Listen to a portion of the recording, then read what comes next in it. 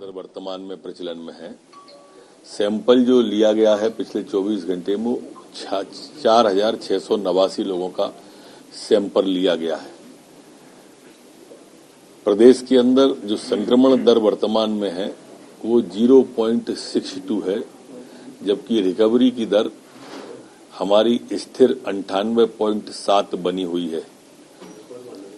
पुलिसकर्मी कोई भी संक्रमित नहीं है, निरंक है, न एक्टिव है, न वर्तमान में संक्रमित है। पिछले 24 घंटे में जो वैक्सीनेशन हुआ है वो 563 लोगों का वैक्सीनेशन हुआ है। आज तक जो कुल वैक्सीनेशन हुआ है वह 13,04,73,927 लोगों का वैक्सीनेशन हुआ है। जी सर, कल से विधानसभा का मानसून सत्र शुरू हो रहा है। अब इसमें आज बैठक भी है संसदीय। कांग्रेस ये कह रही है कि 17 तारीख को प्रधानमंत्री आ रहे हैं तो सत्र की अवधि जो है वो कम भी हो सकती है। 25 दिन का सत्र होना चाहिए था। काफी उनने कभी ऐसा सत्र बुलाया हो द्वितीय अनुपूरक के लिए 25 दिन का, तो उदाहरण भी रख दिया करें कभी कभी।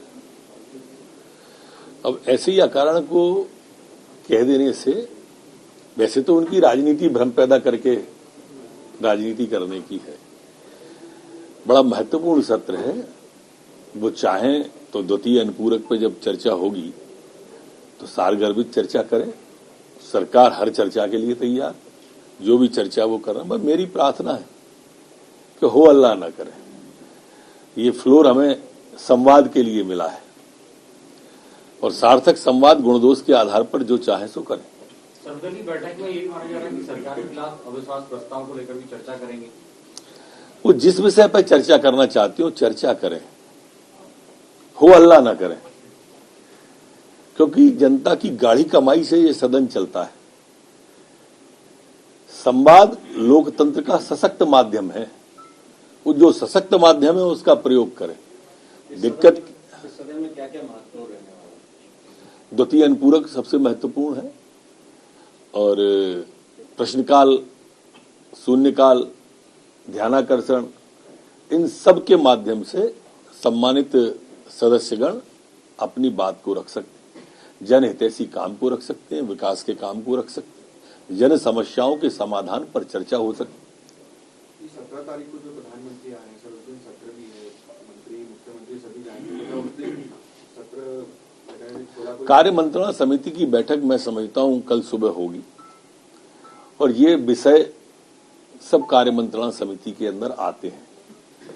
माननीय विधानसभा अध्यक्ष जी संभवतः कल कार्य मंत्रणा समिति को रखते ही हैं प्रारंभ पहले दिन में, तो कल होगी तो इन शंकाओं का भी समाधान उसमें हो जाएगा। कमलनाथ जी ने कहा है कि श्योपुर में 30,000 बच्चे कुपोषित हैं और वहां पर मोदी जी इवेंट कर रहे हैं।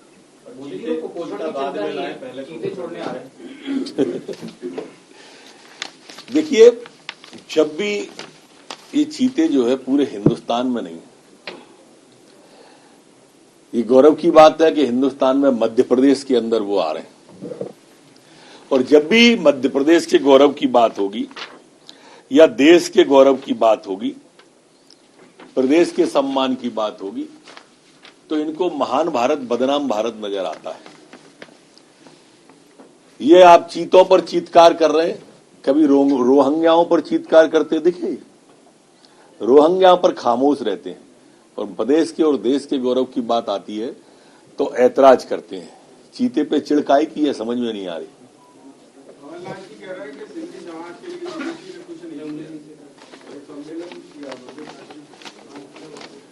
देखो, वो हरेक के बारे में यही कहेंगे। उनका एक रटा हुआ स्लोगन है, सुई वहां फंस गई है। आप किसान की बात करोगे तो कहेंगे, वो नौजवान की बात करोगे तो कहेंगे, और समाजों की बात करोगे तो कहेंगे। ये विदेशी जो हमारे नागरिकता देने की बात आई थी, मैं गृह मंत्री बना हूं तब से सैकड़ों हमारे जो विस्थापित परिवार थे उनको नागरिकता देने का काम हमने किया। कभी कांग्रेस ने क्यों नहीं किया? तो 15 महीने में इन 15 लोगों को दिए क्या? फिर आप सिंधी समाज में जाते और फिर कहते सर्वोच्च पदों पर भारतीय जनता पार्टी में उस समाज के लोग रहे हैं, इन्होंने कभी ऐसा पद दिया क्या? देखो, इस तरह की बातें मैंने कहा ना, सिर्फ भ्रम पैदा करके राजनीति करना बची है। टीवी और ट्विटर पे बचे हैं ये लोग। सर, कमलनाथ कहते हैं कि डीएनए जयस के डीएनए में कांग्रेस है, लेकिन जयस अब 70 सीटों पर अपने इंडिपेंडेंट कैंडिडेट उतार देंगे। और ये भी कह रही है कि हमारे जो दरवाजे हैं वो हर पार्टी के लिए हमेशा खुले हुए हैं। और जो कांग्रेस से विधायक हैं हिजरा अलावा, वो संरक्षक भी ये कह रहे हैं 2023 में सभी सीटों पर हम लोग चुनाव लड़ेंगे। देखो, कमलनाथ जी के बयान के बाद में एक बात तो स्पष्ट हो गई कि कांग्रेस का आधार अब जनजाति वर्ग में नहीं रहा। इसलिए अब वो ये खो तलाश रहे हैं कि कहां पे जाके साख बच जाए कांग्रेस की। जहां तक सवाल सम्मानित बाकी के अन्य दलों का है, कमलनाथ आज पूरे प्रदेश में कांग्रेस को लड़ाने की स्थिति में नहीं बचे। भारत जोड़ो यात्रा के दौरान जयराम रमेश कह रहे हैं 2 बेचारे। उन्हें अकेला 2 बेचारे लिखा है, उसमें नीचे लिखना चाहिए 2 बेचारे बिना सहारे, बिन पूछ के हारे, पोषण आहार घोटाले, बिन ताले की चाबी लेकर फिरते मारे मारे। सर, पोषण आहार घोटाले में कैग की रिपोर्ट कब तक आ जाएगी? हमने 1 माह का समय मांगा है, लेकिन हम 1 सप्ताह के अंदर संभवतया उसको आगे बढ़ा देंगे। सर, कांग्रेस के नए प्रदेश प्रभारी जेपी अग्रवाल आ रहे हैं। अब सबसे वरिष्ठ जेपी अग्रवाल ही रहेंगे 78 वर्ष। नहीं, सबसे वरिष्ठ मतलब अब ये अच्छा है कि वो 78 वर्ष के हैं। कम से कम कमलनाथ जी उनसे 76 वर्ष के, दिग्विजय सिंह जी 74 वर्ष के, गोविंद सिंह जी 70 वर्ष के। तो ये एक सीरीज है, अपने आराम से मार्गदर्शक मंडल में बैठ के चर्चा कर सकते हैं। बस विनम्र श्रद्धांजलि उनके चरणों में शंकराचार्य जी के। माननीय मुख्यमंत्री जी अभी स्वयं जा रहे हैं वहां पर श्रद्धांजलि, श्रद्धा सुमन अर्पित करने के लिए। हिंदू धर्म की ध्वजा पताका को लेकर एक लंबा कालखंड सर्वोच्च पद पर विराजमान होकर उन्होंने समाज को दिशा दी, धर्म को दिशा दी, आध्यात्म को दिशा दी। उनके चरणों में जितना नमन, और ईश्वर से परमपिता परमात्मा से प्रार्थना कि वो उन्हें अपने चरणों में स्थान दे।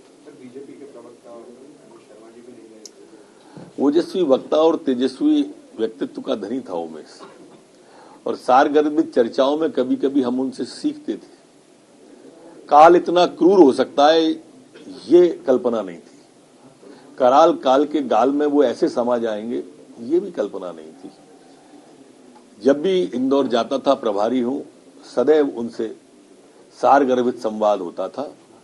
अत्यधिक पीड़ादायी था। मेरे को तो सहसा विश्वास ही नहीं हुआ कि ऐसा भी हो सकता है।